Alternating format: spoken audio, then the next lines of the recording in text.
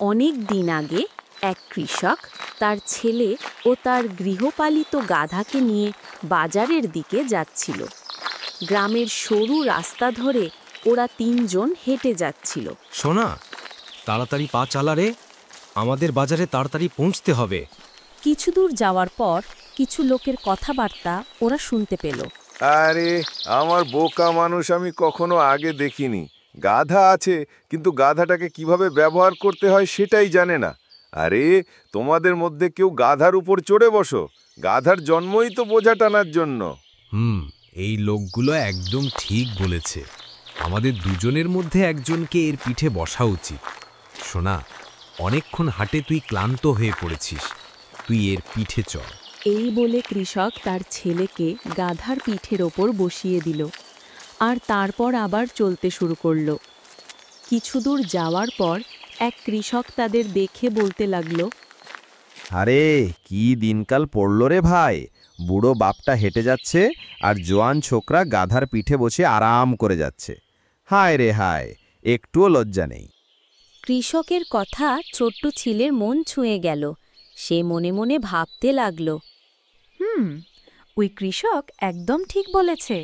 আমি তো যথেষ্ট শক্তিশালী, আমি হেঁটেই যেতে পারবো। বাবা অনেকক্ষণ ধরে হাঁটছে, আমি নেমে যাই। বাবা, তুমি কিছুক্ষণ বসো, তোমার আরাম লাগবে। তারপর কৃষক গাধার পিঠে বসে পড়ল। কিছু দূর যাওয়ার পর এক বুড়ি তাদের এইভাবে যেতে দেখে বলতে লাগল, কেমন বাবা হে তুমি, এত স্বার্থপর। নিজে তো বেশ আরাম করে বসে যাচ্ছ, আর ছেলেটাকে এইভাবে হাঁটিয়ে নিয়ে যাচ্ছ। আহা, বেচারা বাচ্চা একেবারে ক্লান্ত হয়ে গেছে। এ কথা শুনে কৃষকের খুব লজ্জা হলো আর ছেলেকেও নিজের সঙ্গে গাধার পিঠে বসিয়ে চলতে শুরু করল। এখন সব ঠিক আছে, আর কেউ কিছু বলতে পারবে না। এই ভেবে বেশ কিছু দূর যাওয়ার পর ওরা দেখতে পেল একটা জায়গায় বেশ কয়েকজন লোক বসে গল্প করছে। কৃষক তাদের জিজ্ঞাসা করল, আরে দাদা, বাজারে যাওয়ার রাস্তা এটাই কি? হ্যাঁ, বাজারে যাওয়ার রাস্তা এটাই। তোমাদের দুজনের মাথায় কি বুদ্ধি নেই? এই বেচারা পশুটার উপর তোমরা দুজন মিলে বসেছ। বেচারা গাধাটার অবস্থায় তো খারাপ করে দিয়েছ। তোমাদের উচিত একে বেঁধে কাঁধে ঝুলিয়ে নিয়ে যাওয়া। সোনা, এরা সবাই ঠিকই বলেছে। আমরা দুজন অনেকক্ষণ ধরে অনেকটা রাস্তায় পিঠে বসে এসেছি, বেচারা ক্লান্ত হয়ে গেছে। এক কাজ করি, একে লাঠির সাথে বেঁধে দুজন মিলে কাঁধে করে বাকি রাস্তাটা নিয়ে যাই।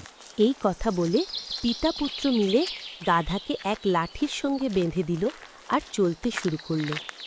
এইভাবে চলতে চলতে কিছুক্ষণ পর তাদের সামনে এক কাঠের পুল পড়ল।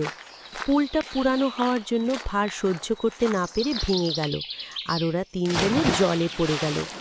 জল থেকে উঠে কৃষক তার নিজের ভুল বুঝতে পারল।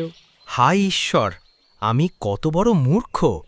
কিভাবে ভুলে গেলাম যে আমরা সবসময় সবাইকে একসাথে খুশি করতে পারবো না। নে রে বাবা, চল আমরা তিনজন বরং হেঁটেই চলে যাই। কি ঠিক আছে তো বন্ধুরা? তোমরা কিন্তু আমার চ্যানেলটা লাইক, সাবস্ক্রাইব, কমেন্ট করে দিও, তাহলে আমি আরও মজার মজার ভিডিও বানাবো।